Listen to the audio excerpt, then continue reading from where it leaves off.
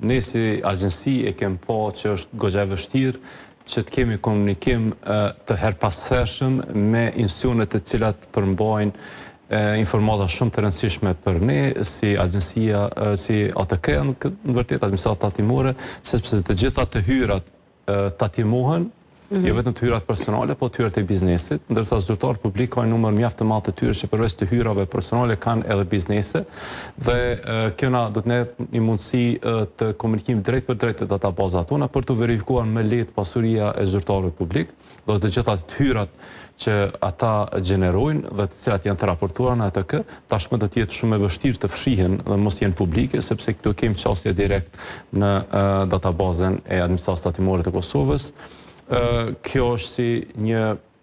fushat e agjensisë për të bashkëpunuar dhe për të rritë bashkëpunimin në institucionet e cilat na ndihmojnë gjatë procesit të verifikimit të pasurisë, që është proces shumë i rëndësishëm pas deklarimit të saj, e cila është një procedurë pak më hershme, tash jemi në procesin verifikimit dhe kjo do të na hyjë mjaft në punë, do të lëshoj punën e agjensisë, po dhe do të rritë saksinë e këtyre të dhënave që pranojmë nga ATK dhe gjitha institucionet tjera. Po, do të flasim gjithsesi edhe për çështjen e deklarimit, hetimit dhe verifikimit pastaj, por konkretisht kjo marrëveshje pra i bie se praktikisht tani një zyrtar i agjensisë tuaj do të ketë qasje direkt në databazën e ATK-s për të verifikuar se cilin zyrtar publik që e ka deklaruar pasurinë. Secili zyrtar publik i cili gjeneron hyra po dhe familjarët e tyre, sepse ne nuk bëjmë vetëm verifikimin e zyrtarëve, po dhe familjarëve të tyre, do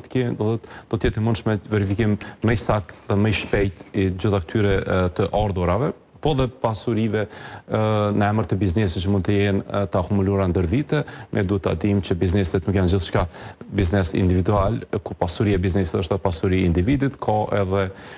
persona juridik si biznese, SHPK të tjera, cilat janë pasurinë e emër të biznesave e ku zyrtarët janë pronar apo një nga pronarët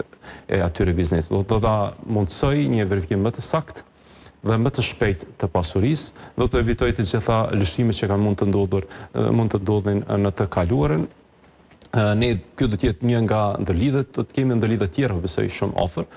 Me çfarë institucione, sepse normalisht shpesh diskutohet kjo edhe ideja e bashkëpunimit të institucioneve, nganjëherë krijohet përshtypja që po flasim për dy vende të ndryshme, në fakt janë institucione të cilat do të duhej që ta kenë bashkëpunimin, themi kështu, shumë të lehtë, jo të shkohet me procedura burokratike, shkresa e tjerë për një bashkëpunim kaq të thjeshtë. Po përsa ku nuk ka një databazat integruara publike,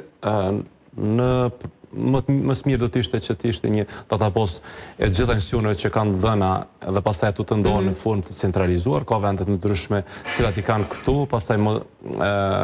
klastera të ndryshme të informata ndohen me institucionet që janë përgjegjëse për pjesë të caktuara, qoftë verifikimi, qoftë, po besoj që ky është një model i mirë, kur pasi që nuk kemi një databazë qendrore, e që do të bëjë në formatin ndoshta të e-Kosovës, të ministrisë